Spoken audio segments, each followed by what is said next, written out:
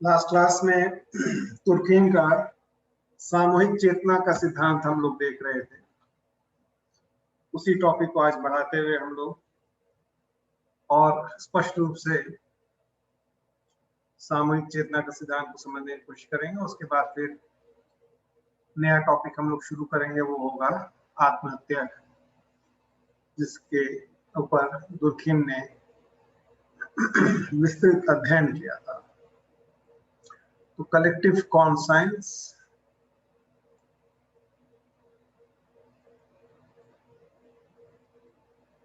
या सामूहिक चेतना,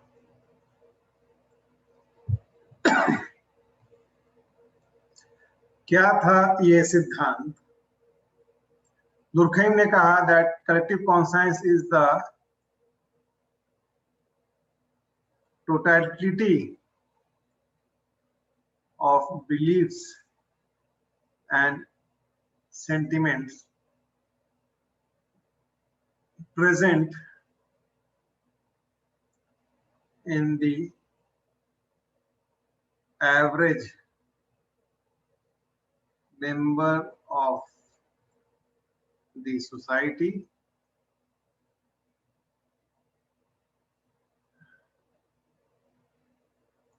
forming a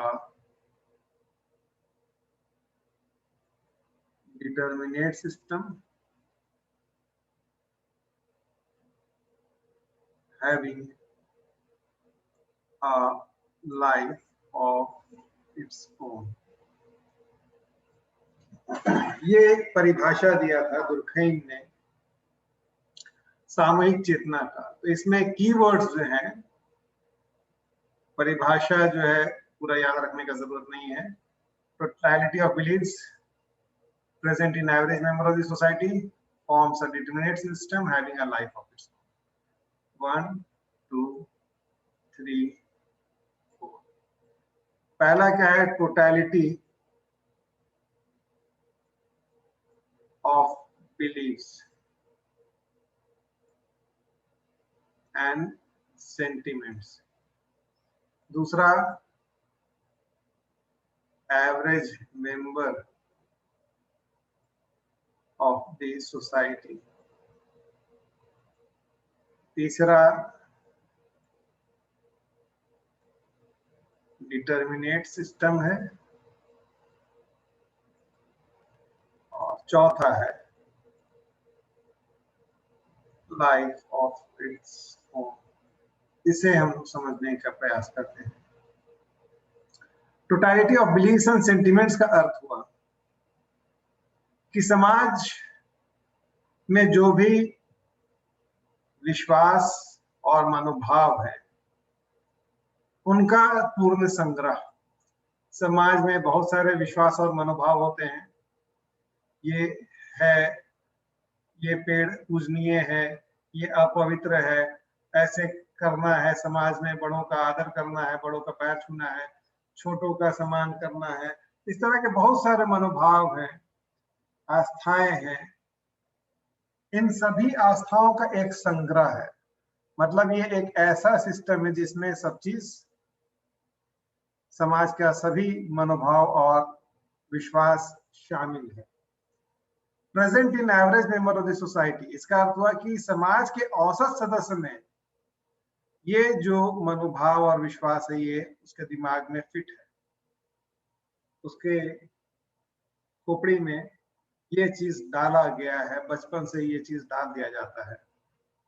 तो उसके दिमाग में एक मेमोरी चिप के जैसा ये फिट है एक औसत सदस्य के मस्तिष्क में। डिटर्मिनेट सिस्टम अर्थात ये एक ऐसी व्यवस्था है जो पूर्ण रूप से परिभाषित है। डिटर्मिनेट, एग्जैक्ट, क्या पवित्र है, क्या अपवित्र है, क्या करना है, क्या नहीं करना, ये हर चीज परिभाषित है। किसी भी तरह का इसमें कोई पशुपेश नहीं है, कोई कंफ्यूजन नहीं है, हर चीज स्पष्ट रूप से परिभाषित। अगर किसी पूजा पाठ में पान के पत्ते का इस्तेमाल होगा,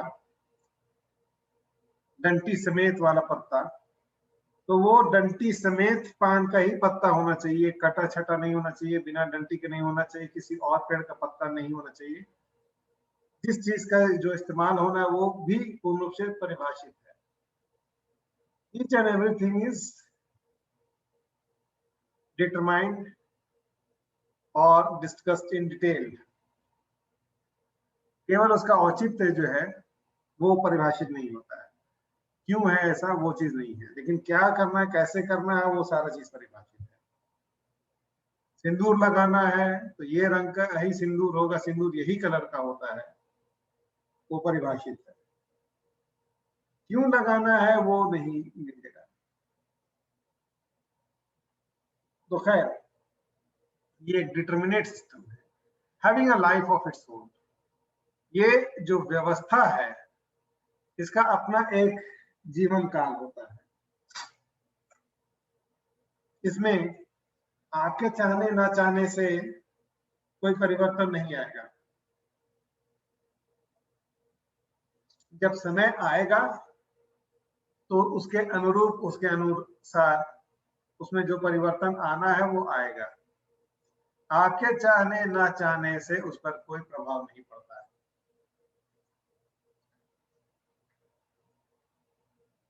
ये सामूहिक चेतना का परिभाषा उन्होंने दिया। आगे दुर्खीम कहते हैं, no act is criminal in itself. कोई भी क्रिया अपने आप में अपराध नहीं होती है। आई रिपीट, कोई भी क्रिया अपने आप में अपराध नहीं होती है। An act becomes criminal only when it goes against collective conscience। कोई भी क्रिया तभी अपराध मानी जाती है जब वो सामूहिक चेतना से परे हो, अर्थात समाज की जो चेतना है, समाज का जो विश्वास है, उससे विपरीत हो। कोई व्यक्ति अगर चोरी कर रहा है, दुर्खीम कहते हैं कि कोई वस्तु को उठा लेना अपने आप में कोई अपराध नहीं है, लेकिन वो अपराध इसलिए है क्योंकि सामूहिक चेतना, समाज की जो चेतना है वो यह कहती है कि जिसका सामान है उसके बिना परमिशन के, उसके बिना अनुमति के किसी भी वस्तु को उठा लेना वो अपराध है। तो अपराध तभी होता है कोई भी क्रिया जब वो सामूहिक चेतना से परे हो या उसके विपरीत जाता हो। समाज यह कहता है कि अपराध है, अदरवाइज वो अपराध नहीं है। किसी व्यक्ति को भूख लगा है और वो सपोजिटली खाने का सामान चुरा लेता है, दुर्खीम कहता है कि वो अपराध नहीं है, लेकिन समाज उसको अपराध मानता है और इस कारण से वो अपराध है। अदरवाइज वो तो भूखा था बेचारा, उसको कुछ नहीं मिला तो उठा लिया खाने को। तो कोई भी क्रिया अपराध तभी होती है, क्राइम तभी होता है जब वो समाज उसे मानता हो।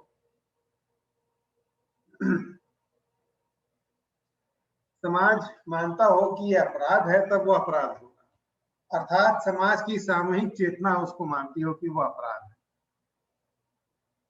दहेज लोग लेते हैं वो भी तो अपराध है, लेकिन समाज की सामूहिक चेतना उसको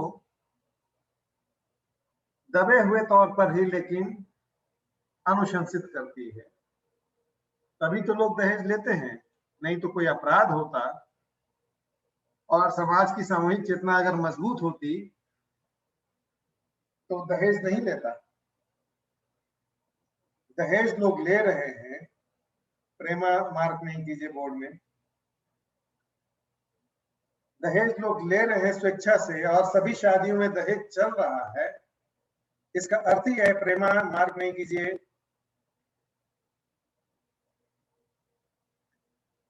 इसका अर्थ ही है कि समाज उसे एक अपराध के तौर पे नहीं देखता, अपराध के तौर पर देखता तो लोग उसको लेने से कतराते, हिचकते, आपस में लोग बात करते कि अरे उसने दहेज लिया, आपको मालूम है उसने दहेज लिया। लोग ऐसे नहीं बात करते। लोग कैसे बात करते हैं? अरे तिवारी जी ने अपने बेटे का शादी किया, बेटा को सियाज गाड़ी मिला, मतलब एक तरह से तारीफ हो रही है कि बेटा को इतना महंगा गाड़ी मिला। अगर अपराध मान रहे होते तो बोलते कि देखिए कैसे लोग हैं, दहेज में उन्होंने गाड़ी लिया है, कितना घृणित काम किया उन्होंने, छी, हम उनके शादी में नहीं जाएंगे, उनके रिसेप्शन में नहीं जाएंगे। लेकिन ऐसा लोग करते हैं नहीं, जाते हैं, बधाई देते हैं, फोटो खिंचाते हैं, भोजन करते हैं, बढ़िया से तारीफ करते हैं कि वाह तिवारी जी ने बढ़िया आयोजन किया। मालूम हुआ कि वो रिसेप्शन का पैसा भी जो है लड़की के पिता ने ही खर्चा उठाया उसका। क्या ये अपराध नहीं है? अपराध है, क्राइम है, लेकिन समाज क्राइम नहीं मानता है। आप कहेंगे कि नहीं गलत तो काम है, समाज तो मानता, लेकिन अगर मानता तो जो लोग जा रहे हैं वो रिसेप्शन में, वो लोग फिर उसकी निंदा करते हैं, बॉयकॉट करते हैं कि नहीं हम ऐसे शादी में नहीं जाएंगे, ये तो अपराध है। रिसेप्शन का पैसा भी लड़की का बाप ही दे रहा है। तिवारी जी तो बहुत ही घटिया काम किए।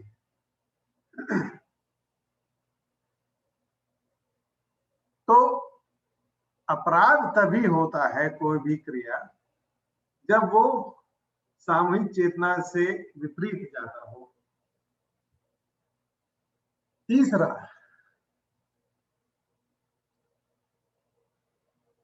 moderate crime is essential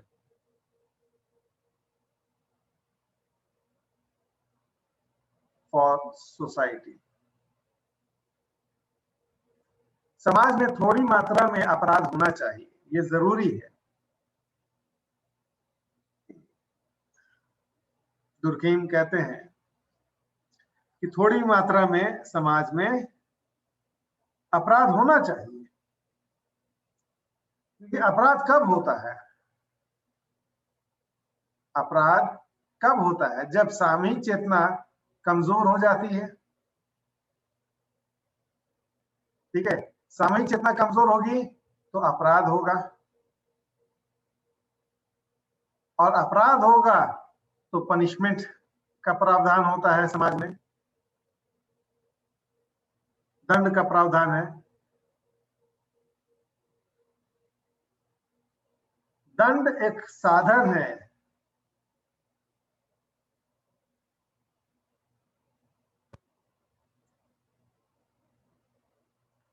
जिसके माध्यम से सामूहिक चेतना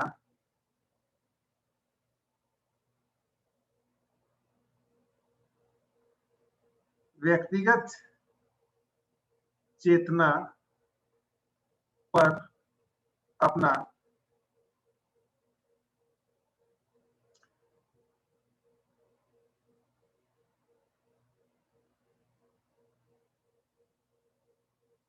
अधिनायकत्व या संप्रभुता स्थापित करती है। अपराध कब होता है? अपराध तब होता है जब सामूहिक चेतना कमजोर होती है। सामूहिक चेतना कमजोर होगी तो अपराध होगा, अपराध होगा तो अपराध को दंड देने का प्रावधान होगा।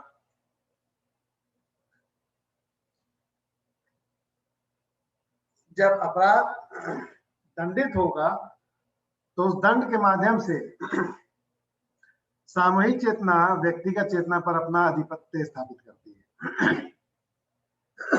या संप्रभुता स्थापित करती है। आप कोई गलत काम करते हैं, चोरी करते हैं सपोजली, ये एक अपराध है क्योंकि समाज की सामूहिक चेतना उसको गलत मानती है, सामूहिक चेतना से परे है वो। आपको लगता है ठीक है, देखा जाएगा, किया जाता है, करते हैं, थोड़ा चोरी करने में क्या है, पकड़ाएंगे थोड़ी। तो आपके अंदर ये विश्वास क्यों आता है कि आप पकड़ाएंगे थोड़ी? वो इसलिए क्योंकि सामूहिक चेतना कमजोर है। आपको लगता है कि आप बच के निकल जाएंगे, आप चोरी करते हैं, पकड़े जाते हैं, समाज आपको दंडित करता है क्योंकि आपने एक अपराध किया है, एक ऐसा काम किया है जो सामूहिक चेतना से परे है।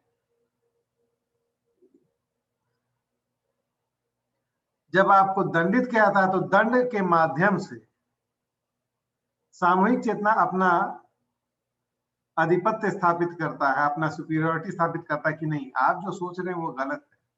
आप सोच रहे हैं कि हम चोरी करके हम नहीं पकड़ाएंगे, हम निकल जाएंगे, गलत है, आप पकड़े जाएंगे।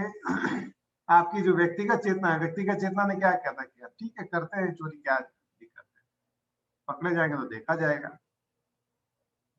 तो आपकी व्यक्तिगत चेतना ने आपको परमिट किया चोरी करने के लिए, लेकिन सामूहिक चेतना ने आपको पकड़ लिया, आप पकड़े गए, आपको दंड दिया गया। तो दंड के माध्यम से सामूहिक चेतना व्यक्तिगत चेतना के ऊपर अपना आधिपत्य स्थापित करती है। इसलिए थोड़ी मात्रा में अपराध होना समाज में जरूरी है, ये दुर्खिम का मानना है। ये ठीक उसी प्रकार से है कि सर्दी लगना इंसान के शरीर के लिए अच्छा होता है। शायद आपको इससे पहले किसी डॉक्टर ने बताया होगा, नहीं बताया तो आज हम बता दें कि थोड़ी मात्रा में सर्दी जुकाम होना आपके शरीर के लिए अच्छा है। क्यों अच्छा है? क्योंकि उससे पता चलेगा कि हमारा शरीर का अंदर का जो डिफेंस मैकेनिज्म है, ये जो इम्यूनिटी है, वो सही रूप से काम कर रहा है या नहीं कर रहा है। 3 दिन तक अगर आपको सर्दी लगी हुई है तो आपको दवा नहीं खाना चाहिए। अपने शरीर पर विश्वास रखना चाहिए, अपने शरीर के प्रतिरोधक क्षमता पर विश्वास रखना चाहिए, इम्यूनिटी सिस्टम पर आपको विश्वास रखना चाहिए, वो सर्दी को कंट्रोल कर लेगा। आपको जैसे सर्दी लगती है, कोई इन्फेक्शन हुआ है, आपको सर्दी लगी, तुरंत आपका व्हाइट ब्लड सेल्स जो है वो बढ़ना शुरू हो जाएगा। ये व्हाइट ब्लड सेल्स क्या है? वो आपके शरीर के सेना के जैसा काम करती है। ये व्हाइट ब्लड सेल उस इन्फेक्शन को घेरने का प्रयास करती है, उसको मारने का प्रयास करती है। तो थोड़ी मात्रा में सर्दी जुकाम होता है तो ठीक है, उससे यह साबित हो रहा है कि आपका शरीर स्वस्थ है, सुचारू रूप से काम कर रहा है। लेकिन हम लोग करते क्या है, 1-2 दिन का भी सर्दी हम लोगों से बर्दाश्त नहीं होता है, छींक आ रहा है, सर दर्द है, खांसी हो रहा है, नाक से पानी आ रहा है, तो हम लोग तुरंत एंटीबायोटिक खा लेते हैं। गलत है ये। इससे होता है क्या है कि आप अपने इम्यूनिटी सिस्टम को कमजोर कर रहे हैं। 3 दिन तक आपको वेट करना चाहिए। 3 दिन तक अगर आपका सर्दी डाउन नहीं हुआ तो उसके बाद ही आपको एंटीबायोटिक लेना चाहिए। 3 दिन से पहले नहीं लेना चाहिए, शरीर को फाइट करने देना चाहिए। लेकिन अगर आप फाइट नहीं करने देंगे, दूसरे ही दिन आप एंटीबायोटिक खा लेंगे, तो जो आपका शरीर का इम्यूनिटी सिस्टम जो काम करता है, वो काम आपने आउटसोर्स कर दिया एंटीबायोटिक्स को। और उसके बाद धीरे धीरे करके होगा क्या कि ये जो आपका शरीर का इम्यूनिटी है वो कमजोर होने लगेगा, आपका व्हाइट ब्लड सेल्स जो है उतना नहीं बनेगा, जो सेना है आपके शरीर के अंदर जो लड़ती है बीमारियों से, वो बनना कम हो जाएगा। क्योंकि शरीर को ये होगा कि अरे ठीक है, बीमार हुए हैं तो ये तो एंटीबायोटिक खाएगा ही, ठीक हो जाएगा, हम क्यों काम करें। दायां हाथ आप ज्यादा इस्तेमाल करते हैं तो दायां हाथ मजबूत रहता है, बायां हाथ कम इस्तेमाल करते हैं तो बायां हाथ कम ताकत होती है। तो इससे ये प्रूफ है कि जिस चीज का आप ज्यादा इस्तेमाल कीजिएगा वो चीज और मजबूत होगा। तो शरीर का प्रतिरोधक क्षमता का आप ज्यादा इस्तेमाल कीजिएगा तो उससे शरीर आपका और मजबूत होगा। कमांडो ट्रेनिंग में क्या किया जाता है? शरीर की प्रतिरोधक क्षमता को और बढ़ाया जाता है। कमांडो ट्रेनिंग में इस प्रकार का ट्रेनिंग होता है कि ठंडा, गर्मी, बरसात हर चीज आपको झेलना है, क्योंकि एक सैनिक को विषम परिस्थितियों में कार्य करना पड़ता है। वो जंगल में युद्ध लड़ रहा होगा तो वहां पर कोई दवा उसको नहीं मिलेगा, वो पत्ता वगैरह से लपेट करके अपने जख्म को ठीक करेगा। उसका अपना जो इम्यूनिटी सिस्टम है वो मजबूत रहता है। आज कोरोना महामारी में लोग बीमार हो रहे हैं और कई दफा मृत्यु हो जा रही है, तो उसके पीछे कारण यही है कि आपने अपने शरीर को कमजोर कर दिया है, उसका इम्यूनिटी सिस्टम को कमजोर कर दिया है।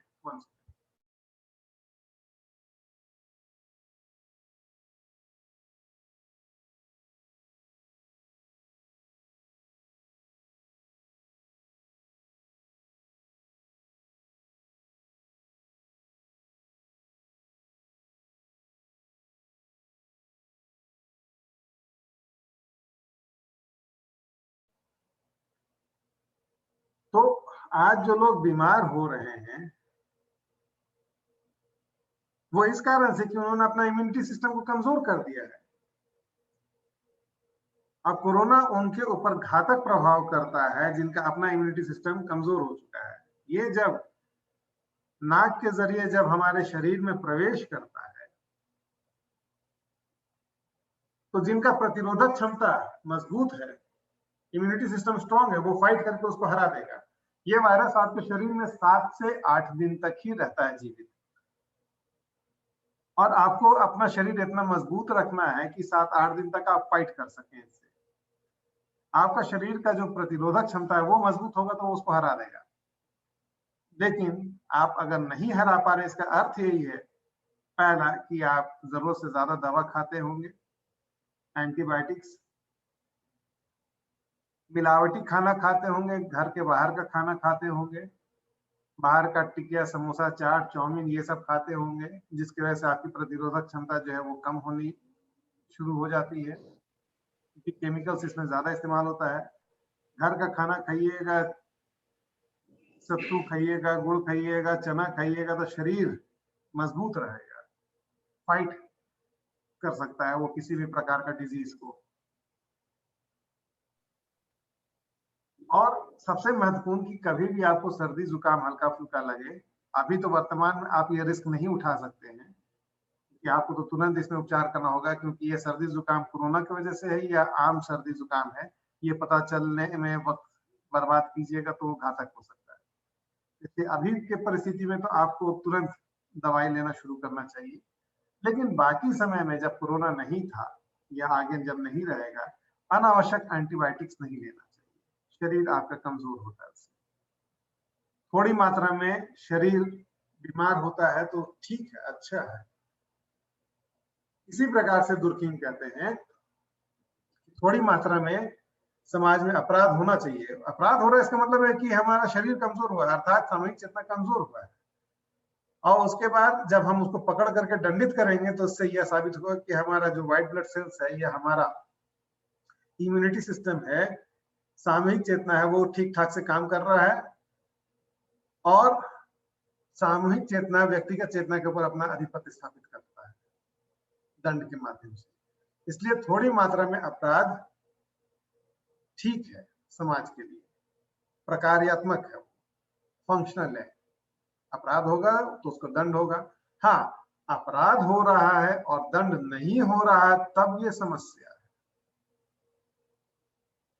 तब शरीर हमारा बीमार होता जा रहा है। इसका मतलब है कि हमारा इम्यूनिटी सिस्टम सही तरीके से काम नहीं कर रहा है। इसका अर्थ यह है कि सामूहिक चेतना कमजोर पड़ रहा है।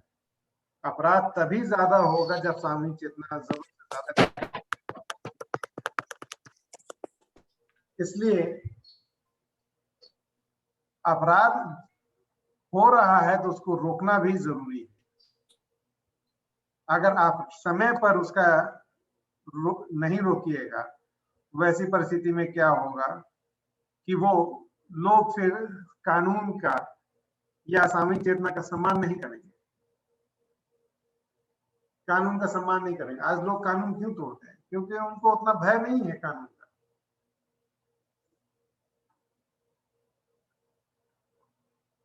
उन्हें लगता है कि हम अपराध करेंगे और हम निकल जाएंगे। उन्हें विश्वास है, किस पर विश्वास है कि सामूहिक चेतना कमजोर है, हम अपराध करके हम निकल जाएंगे आराम से। तो ये मानसिकता जब समाज में आ जाती है तो वो इस बात का द्योतक है कि समाज की सामूहिक चेतना कमजोर हो गई। आगे दुर्खीम यह कहते हैं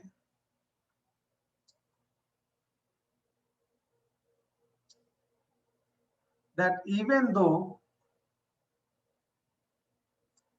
the state appears to be autonomous, it is actually an executive organ of the collective conscience. बाहर से राज्य प्रतीत होता है स्टेट की ऑटोनोमस है, स्वतंत्र है, लेकिन वास्तव में स्टेट स्वतंत्र नहीं है। स्टेट सामूहिक चेतना का एग्जीक्यूटिव ऑर्गन के तौर पर काम करता है। केवल वही कानून जो सामूहिक चेतना से मेल खाते हैं, सरकार उन्हें ही पारित करती है।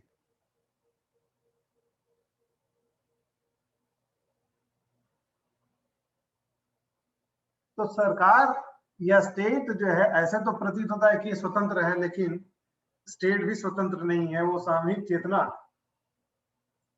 के अधीनस्थ रहकर कार्य करती है।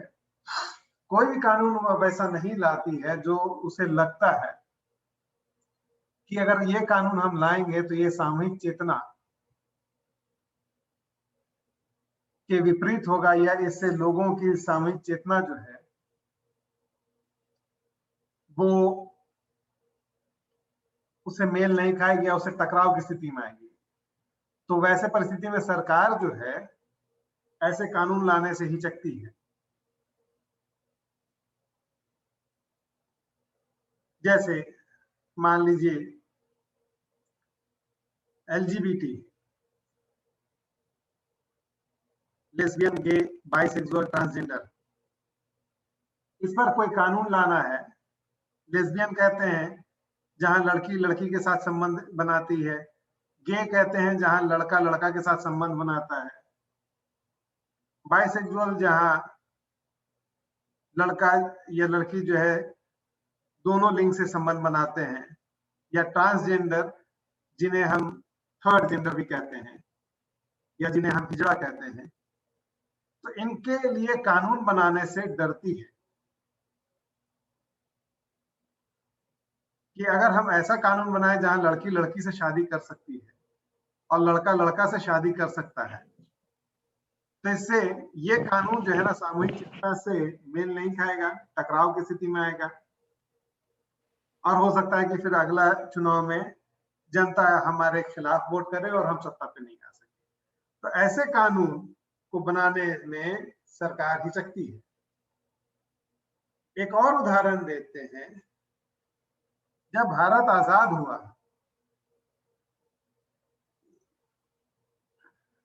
तो उस समय हिंदू मैरिज बिल और Hindu right to succession bill पर चर्चा हो रही थी। इसमें चर्चा हो रहा था कि एक हिंदू विधवा जो है वो भी विवाह कर सकती है। इसमें चर्चा हो रहा था कि एक हिंदू स्त्री, महिला को संपत्ति में अधिकार मिलना चाहिए। जब ये चर्चा चल रहा था ना सदन में 1947 आजादी के बाद, जब देश आजाद हुआ, तो इन दो बिल पर चर्चा हो रहा था। पहला क्या कि एक विधवा भी विवाह कर सकती है, और दूसरा क्या था कि एक हिंदू औरत को संपत्ति में अधिकार मिलना चाहिए। इसका काफी कड़ा विरोध हुआ था। विरोध करने वाले में से कौन? नहीं कुछ लिखने दे रहा है। क्या हुआ सौरभ? माइक ऑफ रखा सॉरी है। सर, मेरे घर पे कुछ बात हो रहा है। माइक ऑफ करके सॉरी बात सर। कीजिए ना।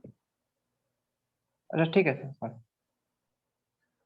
तो ये दो बिल पर जब चर्चा हो रही थी तो इसका विरोध करने वाले कौन लोग थे? सरदार पटेल, राजेंद्र प्रसाद, ऐसे ऐसे लोग विरोध कर रहे थे। इनका कहना था कि अगर हम ये बिल को पास करेंगे तो इससे हिंदू सामाजिक संगठन कमजोर हो जाएगा। औरतों को अधिकार देने से कोई सामाजिक संगठन कैसे कमजोर हो सकता? बीच में जो लोग ना इधर बोल रहे थे ना इधर बोल रहे थे, उसमें से थे जवाहरलाल नेहरू, और जो इस बिल का समर्थन कर रहे थे वो थे बी.आर. अम्बेडकर। अम्बेडकर का कहना था कि आजादी केवल मर्दों के लिए है, औरतों के लिए नहीं। एक औरत, उसका पति मर जाता है और जीवन भर उसको विधवा जीवन व्यतीत करना पड़ता, उसका क्या दोष?